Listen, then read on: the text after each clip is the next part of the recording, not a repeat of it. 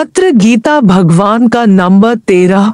स्वार्थ मोह निकालकर बाकी प्रेम रह गया है, संबंधी भी ब्रह्म रूप हो गए हैं। पहले जहर निकलता है फिर अमृत हो जाता है। सांप से जहर निकालकर फिर गले में पहनेंगे तो जहर असर नहीं करेगा। सारा जग अवतार है। जिसका हक हिसाब है इस ज्ञान में वह अवश्य आकर लेगा, हम देने वाले भी नहीं हैं। बरसात का काम है बरसना, फिर बीज से अंकुर निकले यह हम क्यों सोचे।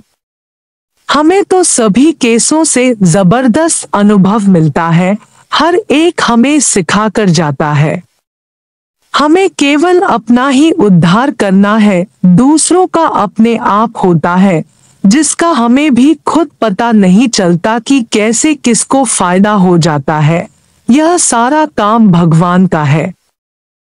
दूसरा, तुम अब बहुत याद आ रहे हो, फिर तुम आ रही हो या हम आए। अब तो पता नहीं क्यों दिन पर दिन तुम सब में अधिक मोह पड़ रहा है। लगता है कि एक ही घर में हम सब मिलकर रहें।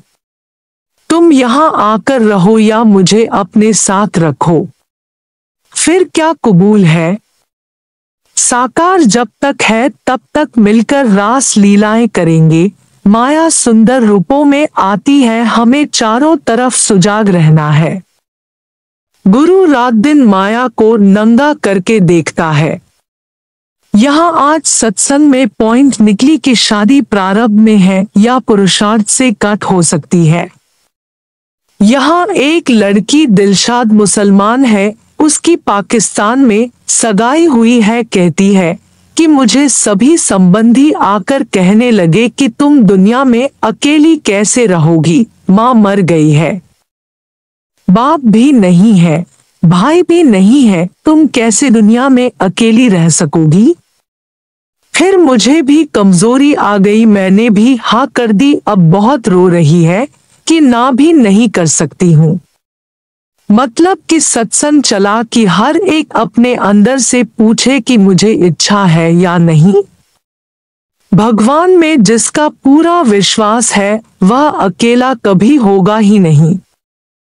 अपने ही अंदर पूछो अपने आप से कि मेरी प्रारब्ध है या इच्छा है। ब्रह्म ज्ञानी की कोई प्रारब्ध है, ड्रामा है, उसका मन भी नहीं चलेगा, पछताएगा भी नहीं, दिल भी नहीं हिलेगी, ना ही वह शादी को शादी मानेगा, ना ही शादी करके किसी का गुलाम बनेगा।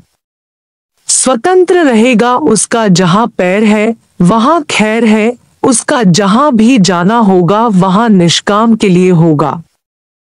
वह अपने सुख के लिए नहीं जिएगा पर सुखों के बदले परीक्षा समझता है। सुख भोगने के लिए नहीं है पर परीक्षा के लिए है। ज्ञानी अकर्ता अभोक्ता है। ज्ञानी की इच्छा न होते हुए भी भावी और ड्रामे से उसके शरीर का रहना खाना घूमना होगा। हर वक्त हुक्म समझेगा पर अपनी इच्छा से नहीं चलेगा। इस बात पर सत्संग चला, सबने बात की तुम लोगों का क्या ख्याल है। संबंधी भी समझ जाते हैं कि ये खुश है, हम बेकार जल रहे हैं, इससे तो यही रास्ता ले हम भी। हमारे आदर्श और निरीक्षाप ने मौन से ही सब अपने आप सीख जाते हैं। धीरज के जहाज पर सवार होना है। एक जना अपना सुख छोड़कर भगवान का होकर रहे तो उससे कई लोग रीस करेंगे। कोई कहता है कि गुरु नानक कृष्ण ने शादी की, बच्चे पैदा किए, बाकी तुम क्यों रोकते हो या क्यों छोड़ते हो। रीस तो राजा जनक से करते हैं पर लायक है।